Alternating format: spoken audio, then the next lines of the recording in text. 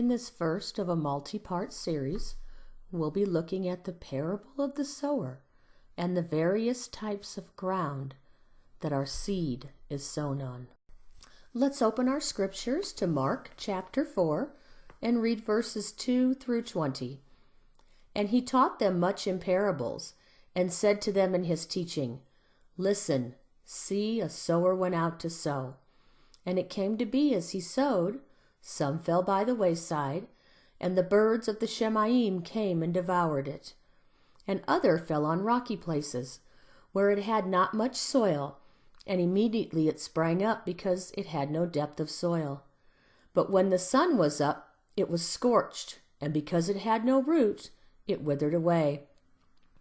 And other fell among thorns, and the thorns grew up and choked it, and it yielded no crop. And other fell on good soil, and yielded a crop that came up, grew, and yielded a crop, some 30-fold, some 60, and some 100. And he said to them, He who has ears to hear, let him hear.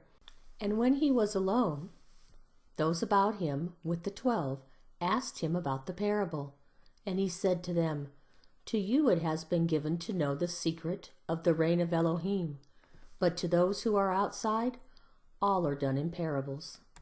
So that seeing they see, but do not perceive, and hearing they hear, but do not understand, lest they should turn and their sins be forgiven them. And he said to them, Do you not understand this parable? How then shall you understand all the parables? The sower sows the word. These then are the ones by the wayside where the word is sown, and when they hear, Hasatan comes immediately and takes away the word that was sown in their hearts. And likewise, these are the ones sown on rocky places, who, when they hear the word, immediately receive it with joy. And they have no root in themselves, but are short-lived. Then, when pressure or persecution arises because of the word, immediately they stumble. And others are those sown among the thorns. These are they who hear the word, and the worries of this age, and the deceit of riches, and the desires for other matters entering in, choke the word, and it becomes fruitless. And those sown on good soil are those who hear the word and accept it and bear fruit, some 30-fold, some 60, and some 100. Let's start out by taking a look at verse 3. Listen, see, a sower went out to sow. In the King James, hearken, behold, there went out a sower to sow. We can see that in the Greek, it's G2400, and it traces back to the Old Testament, to Hebrew 2009. Taking a quick look at the 1828 Webster's Dictionary, we see the word behold, to fix the eyes upon, to see with attention, to observe with care. Lo, exclamation, look, see, behold, observe. This word is used to excite particular attention to a hearer, to some object of sight or subject of discourse. It is of the utmost importance that the taught ones that are teaching the true word of Elohim, the pictographs, the priesthood, obedience, blood of Yeshua, it is of the utmost importance that when we're planting this seed, we are able to understand this parable so that we can observe what type of ground the seed is being planted on. Looking at the Strong's H2009, we see it's hine, prolonged for H2005, lo. In the Ancient Hebrew Lexicon, we see it 1106 HE, behold, a looking at what is here. At the H family root, we see the concrete is here, to draw attention to a place or event. At the two-letter family root, we see the hey and the noon. The action is look, the abstract is here. The pictograph hey represents the idea of looking towards something of interest. The noon is a seed representing continuation. Combined, these pictures mean a looking towards something continually. We see in our word we have the He, the Yod, the Nun, and the He. The He is a man with his arms raised. Look, behold, revelation, sigh, or breath. The Yod is the hand or outstretched arm. Means to work, to worship, to throw, to make. The Nun is the seed or the fish. Means to continue, air, life, sun, action. It told us in the actual parable itself, if we can't understand this parable, how will we understand all others? Looking at our letters, we see this revelation reveals the He. What happens to the throne, Yod, seed, Nun, and its revelation, He, to various types of planting ground, soil of the heart. Hey, look here. This is going to show you all about the types of ground you're sowing, you're throwing this seed upon. Going back to verse 3, hearken, behold, there went out a sower to sow. We see both sower and sow are G4687, Spiro, probably strengthened from G4685, through the idea of extending, like the hand, to scatter, that is, to sow, literally or figuratively. In tracing this back, we see it at Genesis 1:11. And Elohim said, let the earth bring forth grass, the herb yielding seed, and the fruit tree yielding fruit after his kind, whose seed is in itself upon the earth. And it was so. In the Webster's 1828 dictionary, we see sower as a noun. He that scatters seed for propagation. Behold, a sower went forth to sow. One who scatters or spreads, as a sower of words. Seems to me we have a lot of people out here sowing words today.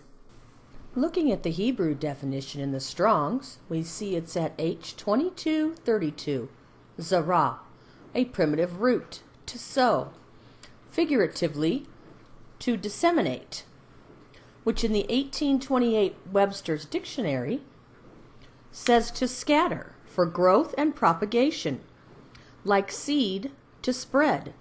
Thus principles, opinions, and errors are disseminated when they are spread and propagated.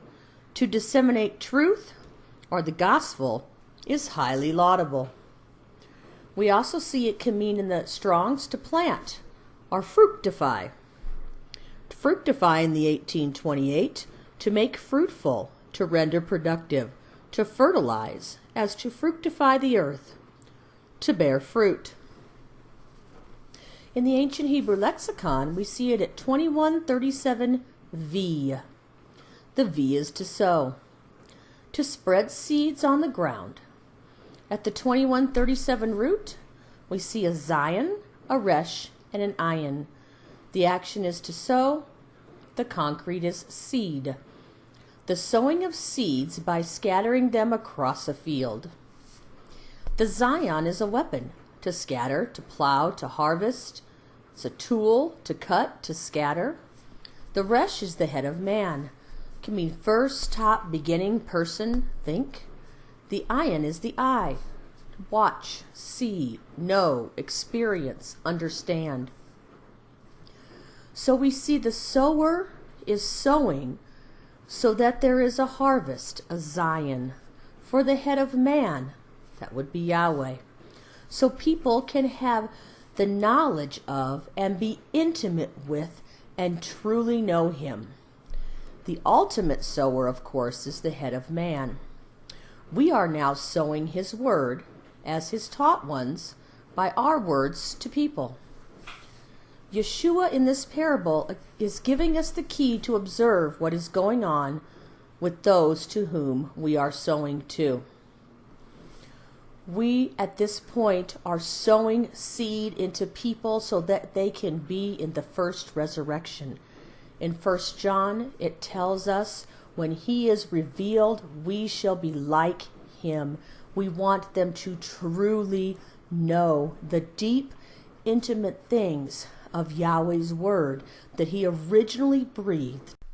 Next, let's take a look at the word seed. We see in Mark 4:14, the sower soweth the word. In Luke 8:11, speaking with the same parable, now the parable is this: the seed is the word of Elohim. In tracing the word seed back, we find it in Deuteronomy 11:9 and 11:10. And if you read this entire chapter, it paints a beautiful picture. And that ye may prolong your days in the land which Yahweh swore unto your fathers, to give unto them and to their seed, a land that floweth with milk and honey. For the land whither thou goest in to possess, it is not as the land of Egypt, from whence ye came out, where thou sowest thy seed and waterest it with thy foot as a garden of herbs. In verse 9, we saw that the Greek number was G4690, and in verse 10, it was G4703. 4690, sperma, from 4687, something sown, that is seed, including the male sperm, by implication offspring, specifically a remnant, figuratively as if kept over for planting. And the 4703 is sporos, also from G4687, a scattering of seed, that is concretely seed as sown. In the Strong's Hebrew, we see it at H2233. Seed, figuratively fruit, plant, sowing time, posterity. In the ancient Hebrew lexicon, it's at 2137N. Zarah, same word that we saw for sow. We have the Zion, the Resh, and the Ayin. This seed is being sown to grow up into a complete, whole, good harvest for the head of man, and there will be those who grow up into complete heads and have the knowledge and are intimate with know him, and those who will not. The sower and the seed should be having the same final goal. At this point, we should be looking to have people come into the first resurrection. Looking at Luke 8:11 again, now the parable is this: the seed is the word of Elohim. We see word is G3056 logos from 3004.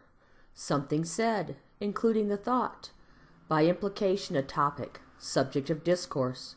Also reasoning, the mental faculty, or motive. By extension, a computation. Specifically, with the article in John, the divine expression, that is, Messiah. Praise Yah. Exodus 4:28. We see that it goes back to the word words. And Moshe told Aaron all the words of Yahweh, who had sent him, and all the signs which he had commanded him. Strong's H1697, debar, from H1696, a word, by implication a matter, as spoken of, a thing, adverbially, a cause. Tracing it back to the ancient Hebrew lexicon, we see it at 2093N, a word, an arrangement of words. A thing, as something that is arranged. In Hebrew thought, words contain substance, just as physical objects do. At the root, we see it's the dal, the bait, and the resh. The action is order, the concrete is word. An arrangement or placement of something creating order. Looking in the 1828 Webster's Dictionary, order is regular disposition or methodical arrangement of things. Good order is the foundation of all good things. In John 1, verses 1 to 3, should be very familiar. In the beginning was the Word, and the Word was with Elohim, and the Word was Elohim. He was in the beginning with Elohim. All came to be through him, and without him Not even one came to be that came to be. So we should find this debar in the beginning. So let's go back and see what was in the beginning. Genesis 1:1 to 1:3. In the beginning Elohim created the Shemaim and the Eretz. And the Eretz became formless and empty, and darkness was on the face of the deep. And the Spirit of Elohim was moving on the face of the waters. And Elohim said, "Let light come to be." And light came to be. In Genesis 1:3 we see, "And Elohim said." We see this word "said" is H559. Tracing it back to the ancient Hebrew lexicon, we see it's 1288 CV. The V is to speak. The action is to speak, and the concrete is word. Chain are words to form a sentence. Also, a sickness is a break in the chain of the body. At 1288, the parent root, we see the mem and the lam. The action is speak, the concrete is word, and the abstract is continue. A continuation of segments which fill the whole. A couple of things about verse 1. In the beginning, Elohim filled up El Ta, the Shemaim, El Ta, the Eretz. He filled up everything with himself, everything from the El to the Ta. It was a continuation of things in their perfect order, a chain of pictographs. Today we call them words. Words are made up of letters. In the ancient Hebrew mind, everything would have been a chain of pictographs, or a family of pictographs, if you will. All these things would have been in their proper order. He would have spoke truth and order from the very beginning. Still, we don't see the word debar there. Let's take a look at some other instances in Scripture where we see amal and debar. In Numbers 25:4, "And Yahweh said unto Moshe." We just see the word amal, H559. In Genesis 15:4, "And behold, the word of Yahweh came unto him, saying." There we have debar and amal. In Genesis 8:15, "And Elohim spoke unto Noah, saying." There we have debar in the verb form and amal. In Exodus 6:13, "And Yahweh spake unto Moshe." There we just have a debar. In Exodus 6:29, "Then Yahweh spoke unto Moshe, saying." There we have a debar and an amal. So it's not always that we see the two together.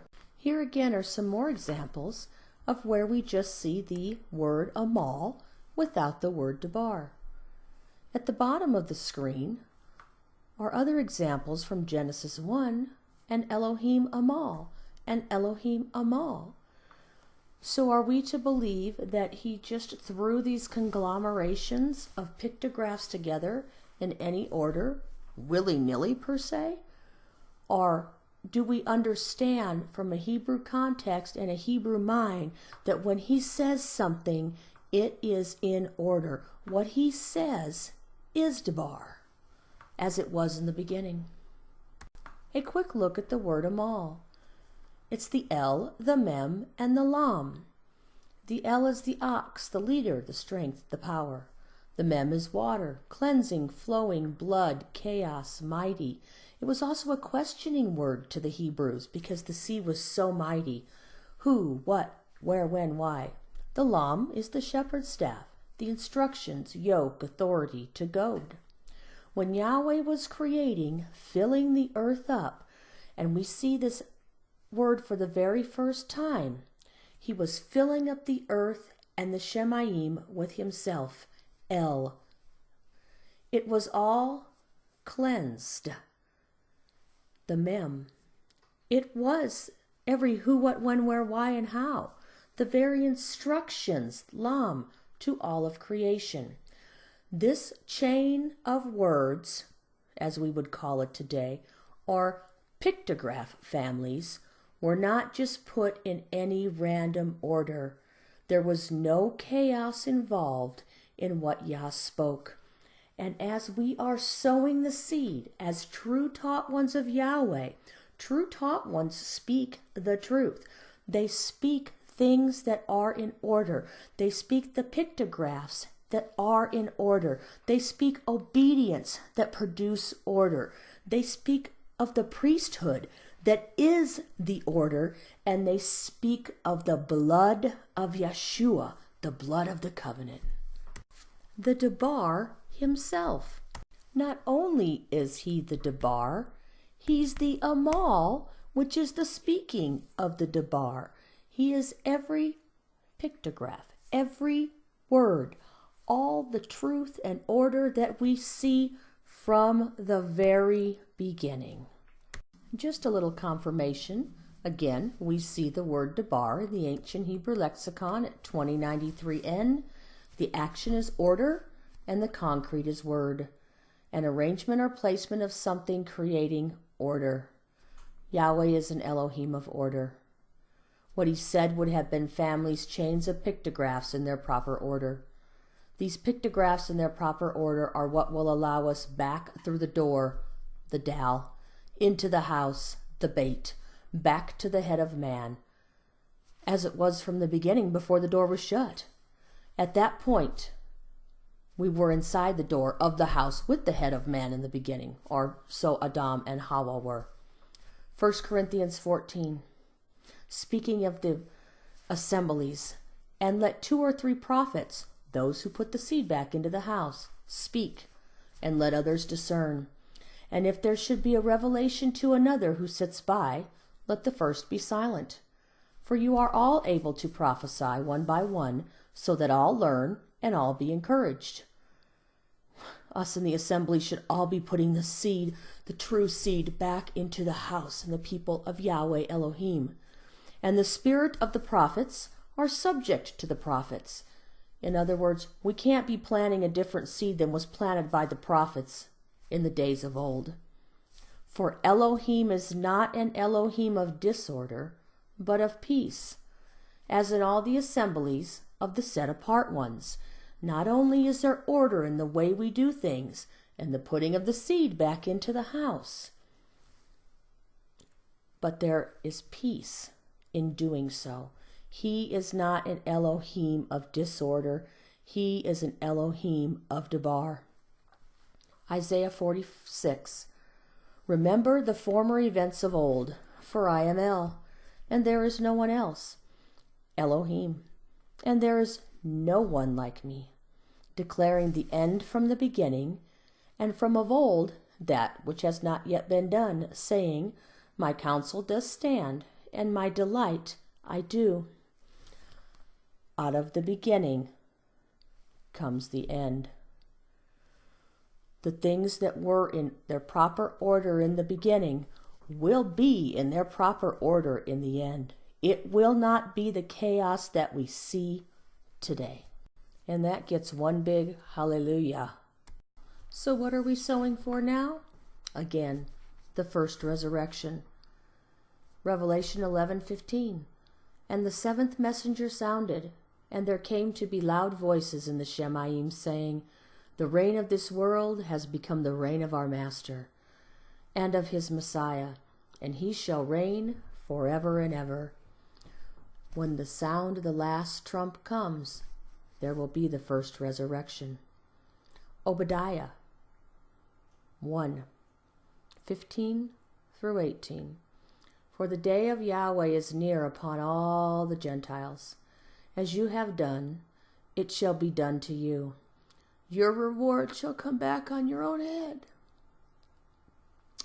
For as you have drunk on my set-apart mountain, so do all the Gentiles drink continually, and they shall drink and shall swallow, and they shall be as though they had never been. But on Mount Zion there shall be an escape, and they shall be set apart, and the house of Jacob shall possess their possessions. And the house of Jacob shall be a fire, and the house of Joseph a flame, but the house of Esau for stubble. And they shall burn among them, and they shall consume them, so that no survivor is left of the house of Esau, for Yahweh has spoken. We see here there is an escape for those whose the seed has landed on good soil, the escape to Mount Zion, the escape in the first resurrection, at that time when the seed of Edom, Esau, and Amalek will be destroyed. We also know that there is no guarantee in the second resurrection, so the time is now. Praise Yah, He has given us this revelation to be able to see what kind of ground we are sowing on, and that people can see that they really need to receive the seed that is being planted in them. So what does this look like? Ephesians 4, verses 11 to 25. And He Himself gave some as emissaries, and some as prophets, and some as evangelists, and some as shepherds and teachers, to put the word out, and to not only put the word out, but that our actions might follow it, for the perfecting of the set apart ones, so they might be mature, blameless, spotless in the day that Messiah returns, to the work of service, to the building up of the body of Messiah, again by what we say, and show them how we walk out what we say in an orderly manner, until we all come to the unity of the belief, that we have a united belief, that we are like kind after like kind, speaking and performing the word in order, and of the knowledge of the Son of Elohim, to be intimate with the seed from the house,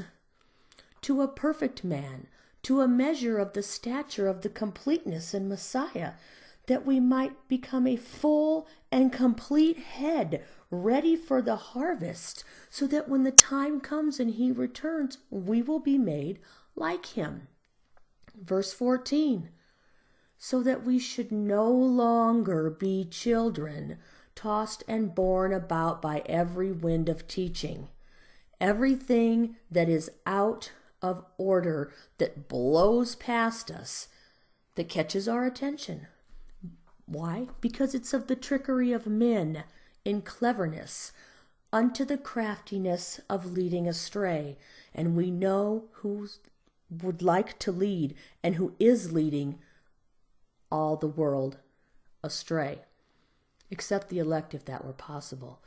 But maintaining the truth in love, we grow up in all respects into Him who is the head, Messiah. We grow up, we mature, ready for the harvest. Verse 16, from whom the entire body, joined and knit together by what every joint supplies, according to the working by which each part does its share, causes the growth of the body for the building up of itself in love. How many times are we going to see grow up in here? So this I say and witness in the Master, that you should no longer walk as the Gentiles walk in the futility of their mind. Quit carrying around the message. True taught ones carry the King's message. It is the order from the very beginning. Verse 18, having been darkened in their understanding, having been estranged from the life of Elohim, because of the ignorance that is in them, because of the hardness of their hearts. Can't receive the seed. Who having become callous, have given themselves up to indecency, and to work all uncleanness with greediness. But you have not so learned Messiah. If indeed you have heard Him, and were taught by Him, as truth is in Yeshua. The truth that was from the beginning is Yeshua, the way, the truth, and the life. This truth was in order from the very beginning. That you put off with regard to your former way of life the old man being corrupted according to the desires of deceit, and to be renewed in the spirit of your mind. Be transformed by the renewing of your mind. and that you put on the renewed man, which was created according to Elohim in righteousness and set apartness of the truth. Therefore, having put off the false, speak truth, disseminate truth to one another, each one with his neighbor, for we are members of one another. Psalm 126. When Yahweh turns back the captivity of Zion. We are so captives in this land today. Praise Yah. Yeshua has come to set the captive free, and that we will be pressed back to the house at the first resurrection on Mount Zion, and we shall be like dreamers. Then our mouth shall be filled with laughter, and our tongue with singing. Then they shall say among the Gentiles, Yahweh has done great deeds for them. Praise Yah. Yahweh shall do great deeds for us. We shall be glad. Turn back our captivity, O Yahweh, like the streams in the south.